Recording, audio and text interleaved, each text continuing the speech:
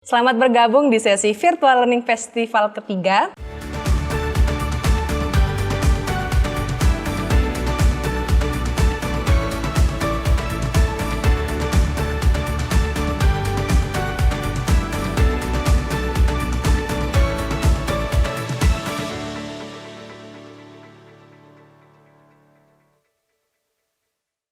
Sebagai informasi, Foster MPC Indonesia, Deco Learning, dan Harvesterly merupakan salah satu unit bisnis dari formasi Aklodia Group. Sebelumnya, tak kenal maka kata sayang, perkenalkan, saya Eva Kartika, saya di sini sebagai host yang akan memandu sesi webinar hari ini. Dan sesi ini temanya adalah Leadership in Crisis Management, Survive and Thrive, yang akan difasilitasi oleh Bapak Junet Adiwibowo, SE, AK, MM, MSc.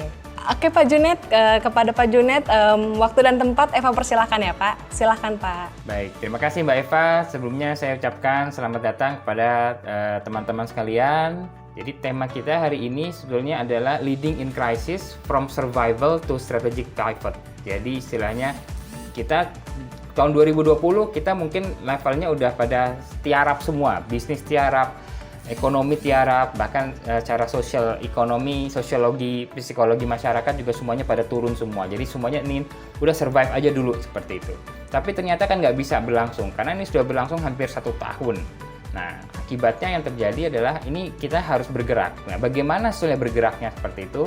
Maka ini Bapak Sunil Puri dan Bapak Paul ini mereka melakukan survei yang sangat dalam, in-depth interview dengan 73 para pengambil keputusan di perusahaan-perusahaan besar di negara-negara Asia Tenggara plus Sri Lanka dan India. Nah, dari situ mereka mencari benang merahnya. Apa sih yang dilakukan oleh para pucuk pimpinan tersebut untuk mengantisipasi dan untuk bisa hidup di 2021 dan ke depan. Nah Pak, udah ada pertanyaan nih Pak Junet. Tim saya saat ini ada yang di Jakarta, ada juga yang di Bali nih Pak, sejak pandemik ini. Saya melihat walau berbeda 1 jam, ternyata sulit sekali ya Pak membuat mereka berkolaborasi. Tadi kan Bapak bilang kan berkolaborasi ya Pak ya. Nah, minta tipsnya dong Pak, agar tim saya dapat berkolaborasi dengan baik, terutama dengan situasi yang full remote working ini Pak. Silakan. Terima kasih atas pertanyaannya. Bagaimana caranya? Yang pertama saya kira adalah paling penting itu adalah komunikasi Bapak Ibu sekalian.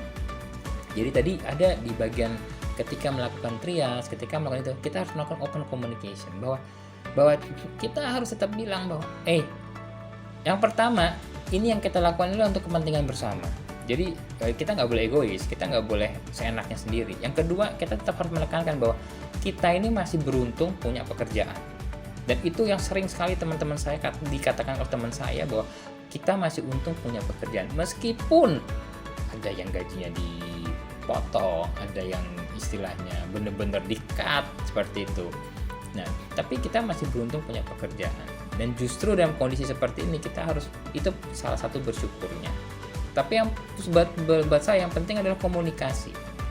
Bagaimana kita bisa mengajak mereka untuk bisa berkontribusi secara positif, ya kan, dengan tidak mengurangi hak orang lain. Seperti itu. Ini pekerjaan bukan pekerjaan mudah, Bapak Ibu sekalian. Karena ada orang yang dikasih tahu ngerti, ada orang yang dikasih tahu ngeyel. Nah, ini yang repot karena ada yang ngeyel. Seperti itu. Nah, tapi kembali lagi, yaitu harus pendekatan personal. Kalau teknis semua bisa diatasin. Semua bisa diatasi, tapi kalau mentalitasnya itu sudah tererosi, nah ini yang berat seperti itu. Sehingga pada satu titik bisa jadi Anda melakukan trias, gitu kan. Nah, tapi sebelum trias ya kita perbaiki dulu lah kasar seperti itu. Tapi kembali lagi saya katakan bahwa tidak ada obat yang bisa menyembuhkan kecuali komunikasi yang baik. Suatu pemahaman yang kita mencoba memahami bahwa ini kondisi mengharuskan kita untuk benar-benar harus bisa bekerja sama seperti itu.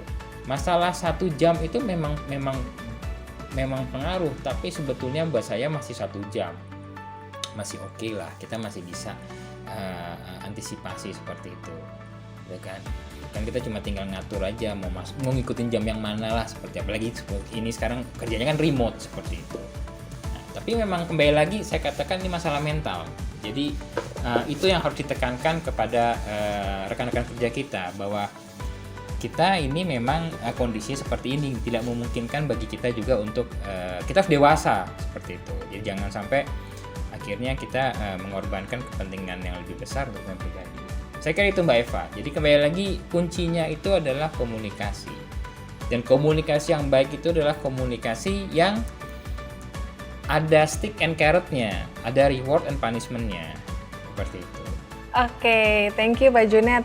Pak, ada lagi ya Pak ya pertanyaan. Sejak pandemik nih Pak, sales closing itu menurun dan tim manajemen memberikan kebijakan yang mengurangi beberapa pendapatan tambahan, namun tetap diminta untuk terus mencapai target sales Pak. Bagaimana cara men-challenge, memotivasi tim yang hingga saat ini sudah terasa burnout-nya Pak? Gimana Pak? Silahkan. Baik. Pertama begini, ini ada dua hal yang bisa kita lakukan, dua perspektif, dua sisi ya. Yang pertama adalah kalau mengenai masalah targetnya harus dicapai, kondisi seperti ini berat segala macam, itu satu another story. Tapi another story berikutnya adalah bagaimana supaya nggak burn out. Jadi kita juga harus menjaga mental dari teman-teman kita juga seperti itu. Caranya seperti apa? Ya kita harus menciptakan sesuatu yang istilahnya ini yang dilakukan oleh beberapa satu negara di Swedia. Negara Swedia itu punya kebiasaan yang luar biasa yang buat saya itu sebetulnya kalau di kita jadi disalahgunakan ya. Tapi mereka itu ada namanya fika. Jadi ketika mereka kerja dari jam 9 sampai jam 5 itu mereka itu selain makan siang, mereka ada 2 break. Jadi kalau Bapak ikut seminar atau ikut training, itu ada 2 break di luar makan siang. Jadi jam 10 sampai jam 4 kalau nggak salah, atau jam 12 makan siang. Nah, break ini sebetulnya adalah untuk mengantisipasi burnout. Jadi di Swedia ketika fika itu semua orang harus break. Jadi nggak boleh ada yang break, enggak saya ngerjain, nggak boleh. Break, keluar semua. Ketika break mereka nggak bicara masalah kantor. Nah, ini bagus sehingga produktivitas mereka tuh tinggi. Kenapa? Mereka bisa seperti saya bilang, full energinya mereka tuh nggak bikin kantor terus. Dibuang, diarahkan ke yang lain. Nah, demikian pula kita, kalau kita sebagai manajer atau sebagai pimpinan sales, kita ngelihat teman-teman kita udah burn out, buat aktivitas yang membuat kita menjadi satu tim kembali. Let's say, kalau dulu mungkin gampang, kenapa? Ya udah, hari Minggu mancing bareng atau hari Minggu jalan-jalan bareng, ke Dufan bareng, atau mungkin makan aja di mana ada aktivitas-aktivitas di luar kantor yang isinya cuma ngumpul, ketawa, bercanda. Itu saya jamin itu yang namanya energi itu langsung naik kembali, optimisme naik kembali ya, pasti seperti itu, saya jamin itu gitu. Nah, tapi di sisi lain kita juga mungkin sebagai pimpinan harus ngomong juga ke atas bahwa ya Pak, kalau dikasih ibaratnya kalau dikasih terlalu tinggi pun mereka juga terdemotivasi karena udah nggak mungkin seperti itu. Mungkin ada sedikit lenient seperti itu. Jadi mungkin suatu saat bisa aja lagi itu bilang ya udah target saya turunkan 10% deh untuk bulan ini ya. Tolnya itu seneng, bulan depan naik lagi nggak masalah seperti itu. Tapi kalau buat saya, kita sebagai pimpinan mencoba sebagai mungkin manajernya atau supervisornya mencoba meng-create sesuatu yang membuat mereka kita terpisah. Itu kalau buat saya Mbak Eva. Oke, Pak. Ada pertanyaan nih dari Zoom nih, dari Bapak Radian. Pak Junet, bagaimana sih Pak cara kita mempercayai bawahan atau karyawan kita sudah melakukan pekerjaannya saat kita sedang di rumah Pak? Dan bagaimana cara kita memonitornya Pak? Silakan. Jadi bagaimana caranya ya dengan ngecek terus Pak. Jawabannya kita harus cek terus. Tapi kembali lagi ketika ngecek itu juga kita harus tahu waktu gitu kan. Saya punya teman dia kerja di Prancis, jadi dia kerja di Prancis, dia orang Singapura, kebiasaan kerja di Singapura dibawa ke Prancis, sehingga dia suka tuh email ke anak buahnya, karyawannya di hari setelah jam kerja. Itu diprotes oleh anak buahnya ke HRD dan dia dipanggil sama HRD. Dia bilang jam kerja itu dari jam 7, dari jam 8 sampai jam 5. Di luar itu lo nggak boleh nanya, jangankan nyuruh, nanya tentang kerjaan tuh nggak boleh. Di sana seperti itu. Saking strictnya. Kalau bahasa saya itu bagus. Jadi di Indonesia ini masih masalah kayak gitu masih lumrah, masih ya udahlah. Kita sering lupa bahwa mereka itu kita sering lupa. Kita tuh kadang-kadang gini kan, saya bukan owner, saya hanya karyawan, meskipun saya pemilik, saya direksi, tapi kan saya tetap karyawan. Saya bukan owner. Nah, yang mikir 24 hour tuh owner, pemilik gitu loh. Tapi yang bukan pemilik, mereka nggak punya 24 hour. Karena mereka punya keluarga juga, mereka punya kehidupan sendiri juga. Jadi kalau bahasa saya, gimana caranya saya bisa percaya? Kepercayaan itu kan harus diraih, ya kan? Bukan diberikan, tapi harus diraih, gitu kan? Nah, cara meraihnya seperti apa ya? Anda harus ngecek sehari. Kalau work from home sehari cek 3 kali, namanya seperti itu. Dan ngeceknya jangan jam yang tetap terus gitu. Nah itu ya bodoh juga kita kan ya. Ngeceknya harus yang random. Tapi tetap jangan sampai melewati batas jam kerja seperti itu. Tapi kembali lagi, gimana caranya? Ya harus ngecek. Mau nggak mau harus ngecek. Gitu. Dan cara ngecek paling bagus adalah sekarang ya pakai Zoom aja udah, atau nggak pakai WA. Jadi intinya adalah buat saya, kita kan udah bisa nih video call. Nah, video call. Gitu loh.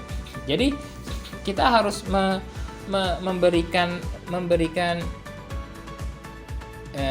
kita harus bisa memberikan kepada jadi gini, satu sisi juga kita jangan sampai bilang kalau kita harus video call, wah tapi kuota mereka nggak dikasih, ya repot juga kan gitu. Jadi jangan sampai kita menuntut sesuatu yang kita juga nggak provide gitu. Terus ada pertanyaan lagi tadi ada kesan nggak percaya, emang nggak percaya. Saya minta maaf, saya jawab apanya? Memang nggak percaya. Kenapa Bapak nggak percaya? Karena kita orang Indonesia. Sorry, saya bilang ya kita orang Indonesia. Ya kalau orang Indonesia kalau bisa nggak dihubungin deh gitu. Sorry aja. Saya pun seperti itu gitu loh. Ya, kalau owner saya bisa nggak dihubungin sama owner, saya nggak bisa itu. Nah, seperti itu. Nah, jadi kalau bahasa saya ya mau nggak mau. Nah, terus ada lagi. Apakah kamu buat kita sebagai seorang micromanager? Kembali lagi. Ini adalah kondisi, kalau bahasa saya Pak ya, Bapak Ibu sekalian, ini adalah kondisi yang luar biasa, extraordinary condition. Sehingga kadang-kadang kita akhirnya, ya mohon maaf, seringkali waktu itu dipakai untuk ngerjain yang remeh-temeh, yang kecil, yang istilahnya, wah kok kayak micromanager seperti itu, kok saya jadi kayak begini segala macam. Tapi buat saya, selama itu masih bisa saya handle, dan itu masih memberikan kontribusi kepada perusahaan secara umum, saya akan lakukan itu. Karena ini kondisi yang benar luar biasa. Jangan salah, jarak itu akan membuat kita semakin lebar ketika tidak ada komunikasi. Jadi kalau semuanya ini secara fisik aja kita udah terpisah, terus komunikasi kita jarangin, itu fisik tuh seakan-akan jarak kita tuh 2 kali dari jarak fisik. Seperti itu. Jadi itu penting sekali. Kalau dulu ketika masih normal, kita nggak usah hubungin, besok ketemu gitu kan? Nggak besok ketemu fisik besok gitu kan? Nah, ketika ketemu fisik kan, mohon maaf bahasa saya, mau ngibul ketahuan gitu kan?